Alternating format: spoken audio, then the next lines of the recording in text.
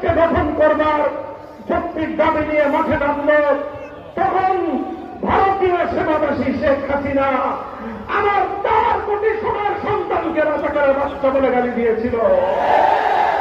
সেদিনই আমাদের সোনার ছেলেরা বলেছিল, অধিকার চাইলে যদি রাজাকার হতে হয়, দেশের সাম্যের কথা বললে যদি রাজাকার হতে হয়, বৈষম্যের বিরুদ্ধে কথা বললে যদি রাজাকার হতে হয়, স্লোগান তুললে যদি রাজাকার হতে হয়, সামনে স্লোগান উঠেছিল আমি কে তুমি কে। সেদিনই শেখ হাসিনার ক্ষমতার কফিনে সর্বশেষ ব্রেক ঢুকে গিয়েছিল।